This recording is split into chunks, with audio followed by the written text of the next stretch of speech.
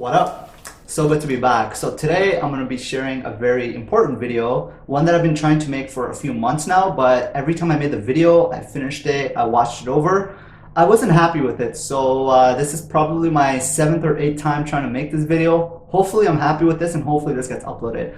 So I'm going to be talking about vegan condoms today. I really hope that those watching this video can take this in a mature professional tone and can understand that the information I'm sharing is being shared with good intent to share useful information. As an ethical vegan, I'm always trying to expand my horizons, my viewpoint, my perspective on life, and try to isolate every single thing in life that potentially is, derived from animal bits. A lot of things have animal bits, animal byproducts that we as vegans don't know about. So you know what, all we can do is try at the end of the day. And I'm just at that point in my life right now that I've come across another discovery, and I just feel it's utterly important to share that with you guys watching, and hopefully that I can, spread the message across. And you know what? Tag a vegan, because that'd be pretty cool to, have somebody, because I bet you there's at least one person out there who's using mainstream condoms that doesn't know what's up with mainstream condoms. So mainstream condoms are not vegan. They're not derived from ethical derived sources. I'm just gonna be talking about some of the chemical compounds and ingredients that are in mainstream condoms versus vegan condoms. Now,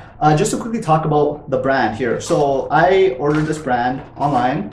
This is the box. So, well, it was a box. The customs opened it because apparently they had instincts that it might not be condoms, something else. So I can understand through customs, they open stuff to check it. But the least they could have done is not made the box all broken and bruised. So when I got this, the box was pretty badly damaged. Inside the box, you have a plastic bag like this, and inside these plastic bags, you have the vegan condoms. Now, as you can tell from the bag, I'm pretty much like halfway done these, and I'm actually pretty happy with them. So I thought it was time that I do a review on these. The brand is called Glyde, Glyde, and these are actually made in Malaysia from the box. Correct me if I'm wrong. Yes. Made in Malaysia, manufactured in Malaysia, and then they have different distribution centers across Australia, New Zealand, North America, Europe, Israel, and China. So this is what it looks like. This is kind of what the box looks like. I ordered these from Australia because I got the cheapest price and the best value for my bang for my buck from Australia. Now, before I ordered them online, I was checking at different places to see like where I can find the best pricing, where I can find the best, value that I'm getting for my dollar. And online websites like I think Vitacost, well.ca, they sell these condoms, but they sell them individually. Now the problem with buying them individually is that, the problem with buying them individually is that you're paying quite a bit for each condom, plus you're paying shipping and handling and delivery fees on the order itself. So like my thought was, I'm gonna need condoms like next week, the month after, next year, the year after, because I think like sex is important. I think that sex is part of a healthy lifestyle. And I also feel like a strong correlation between people that are miserable, who hate themselves and are very miserable all the time. There's probably a good chance that they're not getting laid or don't really have an active sex life, which is why they're so miserable. Because, through sex, I don't need to go into the whole details. You guys can like look at this up yourself, but the body releases feel-good hormones, which help regulate our feel-good and regulate our body. So I like to incorporate sex as an active, healthy part of my lifestyle, as well as exercise. I do my best. We all have our moments here and there. But the point is, that's why I'm sharing this video, because I feel that, sex is important. It feels good. It's fun. It's enjoyable. And especially when you're with a partner who, or with somebody that you're kind of more intimate with, it can be a great experience. Now, these condoms, when I got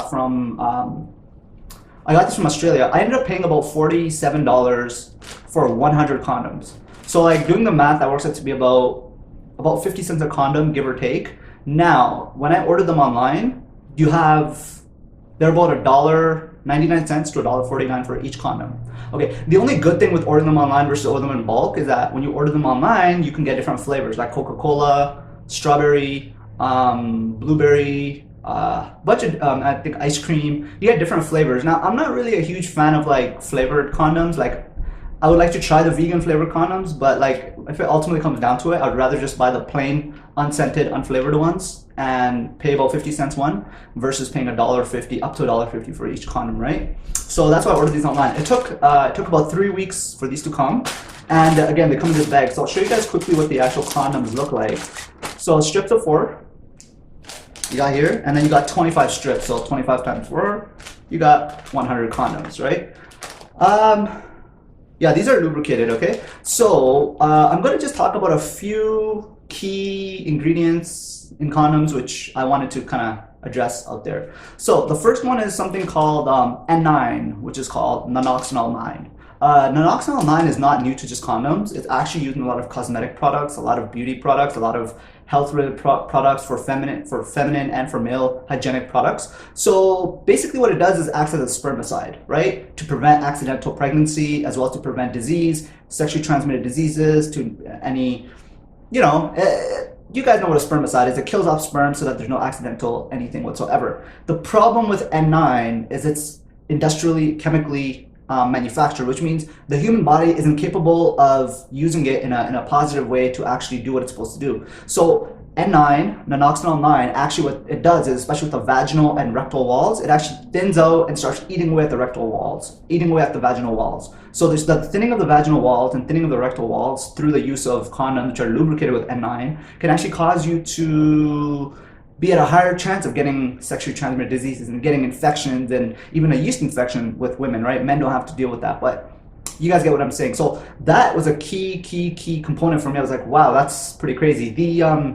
I think the Center for Disease Control, I'm pretty sure, but I will put a thing down there. The Center for Disease Control actually has a very lengthy article on their website which talks about how N9 is not an effective spermicide as it claims to be, and they've actually done studies which prove that it's actually quite useless and does the opposite of actually helping people with preventative STDs and acting as a spermicide. So, you know, keep that in mind. You have major brands like Trojan, One, Durex. I think those are the three major brands, and I've used all of them. Like, I've tried them at some point. The Fire and Ice, the Hot and Cold, the Super Thin, feels like nothing at all. You know, the Scented. I've tried all of them. And the point is, I'm not at that point that I don't want to use them anymore for obvious reasons. So N9, watch out for that. The second thing is called parabens. You guys know parabens, right? Like, I talk a lot about shampoo products and hair products and conditioners, and so a lot of the mainstream shampoo and conditioners have parabens inside them, which are actually used as preservatives, but parabens are hormone disruptors, so that can, like, again, I always like to just give those watching a brief introductory sort of lesson into what I'm talking about, and then I leave it to the viewers to decide if they want to do more research and look more into it. So yeah, if you guys want to read about parabens and how they're not good for the body, they're actually in condoms and used as hormone. It's actually a hormone disruptor, but it's used as a preservative, but it actually does, as I mentioned, disrupt the hormones.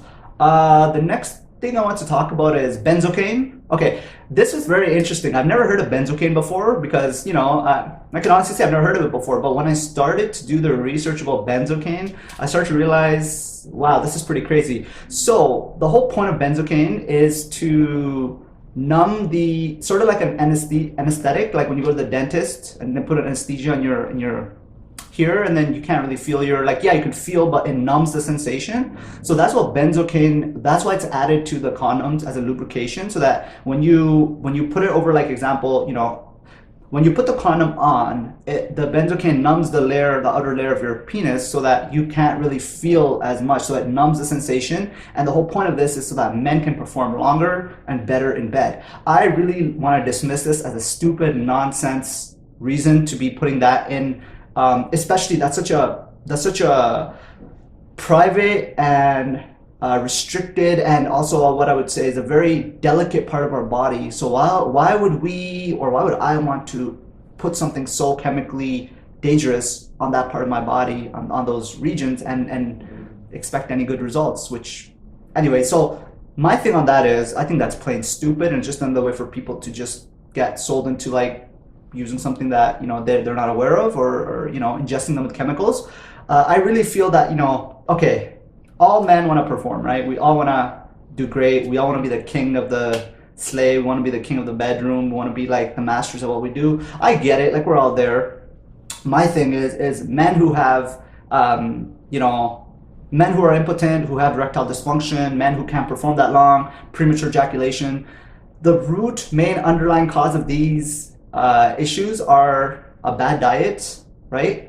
Drinking lots of alcohol, smoking cigarettes, and not exercising, and not drinking plain water, and being too stressed out. These are main factors as to what would prevent a male from not being able to perform or you know, finishing early. So, like, to have to, like, sort of using anesthesia on my private regions so that I can make a point. I just think it's kind of stupid, but that's just my opinion on it. Again, I leave that to you guys to decide, and you guys can take what you want from it. And the last thing I want to talk about, which I think that struck my interest, is glycerin. So glycerin is used as a like lubricant in condoms. The problem with mainstream condoms is that the glycerin is not naturally derived, it's chemically derived, right? So glycerin is just essentially a compressed compound of sugars that, yeah, it's just a compressed compound of sugars, which is used to lubricate and to, help with the motion. The problem is example, like when like a man and a woman are having sex and the guy's using a condom and the condom is lubricated with glycerin, what that's going to do is all that glycerin is going in the woman's like rectal, or sorry, in her vaginal walls, so that like what that's going to do is just basically mix with bacteria, and then that's going to increase her likelihood of getting a yeast infection. Like, I know it's a small thing, but it's the small things that count. And some people watching this video, or whoever's watching this, somebody may be like, well, whatever, I'm not really committed or dedicated to anybody. Like, some people don't care, they'll just, whatever, they just want to hit it and quit, or on to the next one, that's your choice. But I'm just saying, like, if you're in that situation when you're intimate with somebody and you're actually like, you care about the person you're with, and sex is more than just sex. It actually is, intimate, lovemaking, whatever you want to call it, then, maybe you might want to be considerate towards not sort of promoting your partner to be indirectly getting a yeast infection. So I'm not saying that's like end all be all, but what I'm saying is these things struck a chord in me, and I wanted to like make this video and then share that with you guys watching. So my videos have always been with intent to share useful information with those watching. I never would make a video to intentionally give people wrong information or to intentionally give people meaningless, misleading information, because disinformation is like the biggest poison you could possibly do. So if I said anything wrong or incorrect in this video, I stand corrected.